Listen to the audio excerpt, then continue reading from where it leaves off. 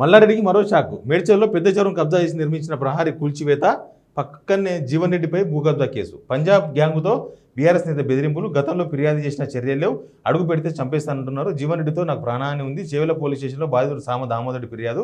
6 సెక్షన్ల కింద కేసు నమోదు. ఇది చాలా రోజులకి వెళ్ళి నడుస్తుంది.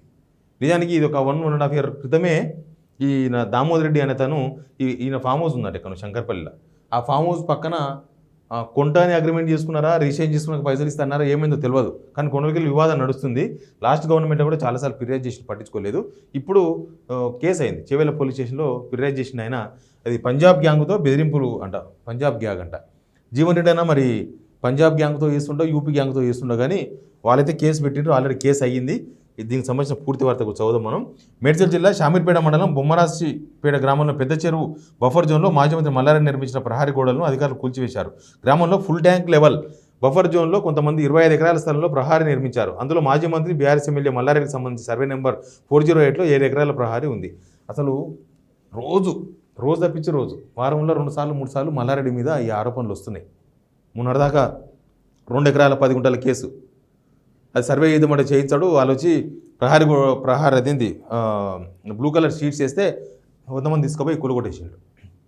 అంతకుముందు కాలేజీ కాడ సేమ్ FTAలో ఉందని ఒక కాలేజీ కూలగొట్టిర్రు. కాలేజీ పిల్లర్స్ కూలగొట్టిర్రు. అదేందో ఆడ ఏమైందో తెలియదు. అది సెటిల్మెంట్ అయిపోయింది. మళ్ళీ ఇవన్నీ సెటిల్మెంట్ కేసులు, ఇవన్నీ సెటిల్మెంట్ అవుతున్న కేసులాగా మనకు కనిపిస్తున్నాయి. లేకపోతే ఆ కూలగొట్టిన తర్వాత ఏమైంది? అప్పుడు ఆయన ఎవరు, రేవంత్ రెడ్డి గారి ఎవరు రైట్ హ్యాండ్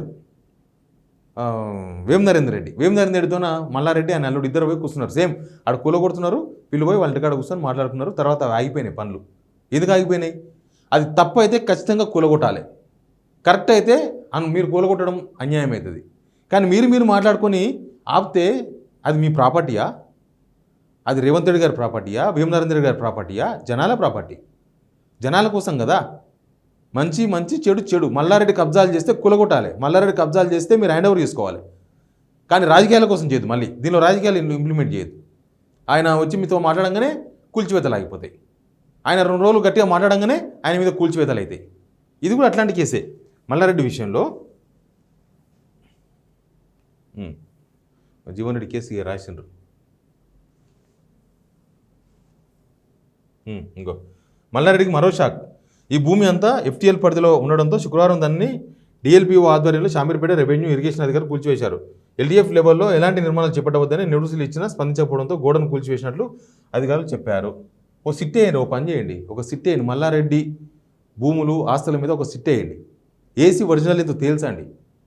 అంతేగాని అప్పుడే పోయి ఎట్లుంటుందంటే JCB పోతుంది, పోగానే వీళ్ళు బేరానికి వస్తారు, మాట్లాడతారు, బేరం అయిపోతుంది, ఆగిపోతుంది. JCB పోయి ఇట్లా కదిలిస్తుంది అంతే. కూల్స్తే అది నిజంగా తప్పు అయితే కూల్చండి. దాని మీద అధికారం ఉంటే కోర్టులు గీటులు అవన్నీ ఇష్యూస్ ఉంటాయి కదా, అవన్నీ చూసుకొని కూల్చేసేయండి. అది జనాలకు ఒకవేళ FTL అంటే జనాలకు సంబంధించిందే కదా. అది తెలంగాణ సొమ్ము. FTL అంటే చెరువుల చికం భూములు అవన్నీ. ఏంటి ఒకవేళ లేదు అని అంటే వదిలేసేయండి. మీరు రాజకీయాల కోసం మీ మీద విమర్శలు చేసినప్పుడల్లా ఈ దాడులు చేయడం కరెక్ట్ కాదు. ఏదో ఒకటి చేయండి, ఒక సిట్టు లాంటిది చేయండి, మంచిది, బెటర్, అది చేస్తే బెటర్. ఇక జీవన్ రెడ్డి కథ చూడండి ఎట్టున్నది. బీఆర్ఎస్ నేత ఆర్మూరు మాజీ ఎమ్మెల్యే జీవన్ రెడ్డిపై భూ కబ్జా కేసు నమోదైంది. తన భూమిని కబ్జా చేసి పంజాబ్ గ్యాంగ్ను కాపలా పెట్టాడని, అక్కడికి వెళ్ళిన దానిపై దాడి చేశారని, అడుగు పెడితే చంపేస్తామని మారణాయుధాలు చూపి బెదిరిస్తున్నారంటూ బాధితులు సామ దామోదర్ రెడ్డి ఈ నెల 22న చేవెల పోలీసులకు ఫిర్యాదు చేశారు. దీంతో చేవెల CI లక్ష్మారెడ్డి 6 సెక్షన్ల కింద జీవన్ రెడ్డిపై భూ కబ్జా కేసు నమోదు చేశారు. జీవన్ రెడ్డి కుటుంబ సభ్యులపై కూడా కేసు నమోదైంది. రంగారెడ్డి జిల్లా చేవెల మండలం ఈర్లపల్లి గ్రామంలోనంట.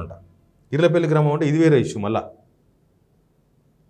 శంకర్పల్లి కాడ ఉన్న కేసు కాదు, ఆ కేసు ఒకటి ఉంది, అది నడుస్తుంది. మళ్ళీ ఇప్పుడు ఈ కేసు కొత్తగా వచ్చింది. సుమారు 65 ఎకరాలను జీవన్ రెడ్డి కబ్జా చేశాడని బాధితులు ఫిర్యాదు చేశారు. అక్కడ వెంకటేశ్వర స్వామి సాయిబాబా గుడికి ఫంక్షన్ హాల్కు తాళం వేసి ప్రైవేట్ వ్యక్తులను కాపలా పెట్టినట్టు పేర్కొన్నారు. ఇదే భూమి ఈర్లపల్లి శంకర్పల్లి దగ్గర ఉంటుంది. జీవన్ రెడ్డి ఇప్పటికీ తప్పు డాక్యుమెంట్లతో 113 ఎకరాల స్వాహా చేశాడని ఆరోపించారు. దామోదరెడ్డి ఫిర్యాదు మేరకు 6 సెక్షన్ల కింద పోలీసులు నమోదు చేశారు. ఆశానగర్ జీవన్ రెడ్డి A1, అతని భార్య ఆశానగర్ రచిత A2, అతని తల్లి ఆశానగర్ రాజుబాయ్ A3, D సురేష్ వాళ్ళ కుటుంబ సభ్యుల మీద అందరి మీద కేసు పెట్టినారు. భార్య, అమ్మ అందరి మీద కేసు అయింది ఇది. అందులో తన తండ్రి పరమారెడ్డి పేరు మీద ఫంక్షన్ హాల్ను కట్టానని బాధితుడు ఫిర్యాదులు తెలిపారు. తన భూమి పక్కన ఏందో ఈ భూముల కేసులు అంత ఈజీగా ఉండవు. వీళ్ళు చెప్పినట్టు ఉండదు, ఆయన చెప్పినట్టు ఉండదు. దీన్ని తేల్చాల్సింది మరి ఎవరు తెలుస్తారు? పోలీసులు కాదు తేల్చాల్సింది. ఖచ్చితంగా కోర్టులు తెలుసాలి. ఎందుకంటే ఎవరి భూమి ఏందో ఎవరు తెలుస్తుంది? పోలీసు వాళ్ళు సివిల్ వివాదాలు తల దూర్చొద్దు కదా. అగ్రిమెంట్ కుదుర్చుకొని మోసం ఇది. నేను అప్పటి నుంచి అదే చెప్తున్నా. ఏంటది, గత బీఆర్ఎస్ సర్కార్ హయాంలో ప్రభుత్వ పెద్దలకు పోలీసు అధికారుల దృష్టిని తమ సమస్య తీసుకెళ్లిన పరిష్కారం కాలేదని అత్తాపూర్కు చెందిన రియల్ ఎస్టేట్ వ్యాపారి పొలిటికల్ లీడర్ సామ దామోదర్ రెడ్డి తెలిపారు. గతంలో తను హత్య చేసేందుకు సుపారీ గ్యాంగ్ను సైతం రంగంలోకి దించారని, వారిని సైబరాబాద్ పోలీసులు పట్టుకున్నారని అన్నారు. 330 ఎకరాలు ఉందని, ఇందులో 172 ఎకరాలు లేఅవుట్ చేసామని. ఏంటంటే జీవన్ రెడ్డి మీద చాలా ఆరోపణలు ఉన్నాయి. ఈ భూముల కేసులు నిన్నమన్నాడు మనము అక్కడ చూసినాం. జీవన్ రెడ్డి మాల్ నిజామాబాద్లో ఆర్మూర్లా జీవన్ రెడ్డి మాల్ అదో పెద్ద కిరికిరి అయ్యి లాస్ట్కు ఓపెన్ అయింది నిన్న. కోట్ల రూపాయలు గవర్నమెంట్కి ట్యాక్స్లు ఎగ్గొడితే ఇవన్నీ పోను జీవన్ రెడ్డి ఇది చూసినరా, బీహారీ గ్యాంగు బెదిరించారని, సుపారీ గ్యాంగులు ఏమో మరి. అంతకుముందు జీవన్ రెడ్డి టిప్పర్ వేసుకొని తిరిగేవాడట. టిప్పర్తోనే ఆయన ఎవరిను ఎదిరిస్తే వాళ్ళ మీద టిప్పర్తో తొక్కించిండట. టిప్పర్తో తొక్కించుడే అడొక హత్య జరిగింది ఆర్మూర్లా. ఆయన పేరు సత్యం అనుకుంటా, చనిపోయిన ఆయన పేరు. ఆయన మీద ఎదురు తిరిగితే టిప్పర్ ఢీ కొట్టదు, టిప్పర్ కొడుతుంది, చచ్చిపోతారు, నాకేం సంబంధం లేదంటాడు. ఒక ఎంఆర్పిఎస్ ఆయన ఏదో ఈయన మీద ప్రశ్నించిండు. రాత్రి గుర్తు తెలియని వ్యక్తులు ఆయనకున్న సఫారీ వెహికల్ని అంటుపెట్టేసిండ్రు. బూడిదైపోయింది తెల్లాసరికి. చూస్తే గుర్తు తెలియని వ్యక్తులు అన్నారు.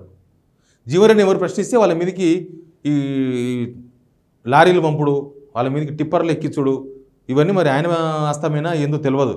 ఇప్పుడు వీళ్ళు చెప్తుంటే ఇవన్నీ నిజమేనేమో అన్నట్లుగా ఉంది. ఇది అగ్రిమెంట్ కుదుర్చుకొని మోసం చేసిండు, సుపారీలు తీసుకున్నాడు. పంజాబ్ నుంచి రౌడీలను తీసుకొచ్చి దాన్ని పెట్టినట్ట. మరి ఆ భూమి గొడవ ఏందో కోర్టు తెలుస్తో ఎవరు తెలుస్తారో కానీ సంథింగ్ ఈజ్ గోయింగ్ ఆన్.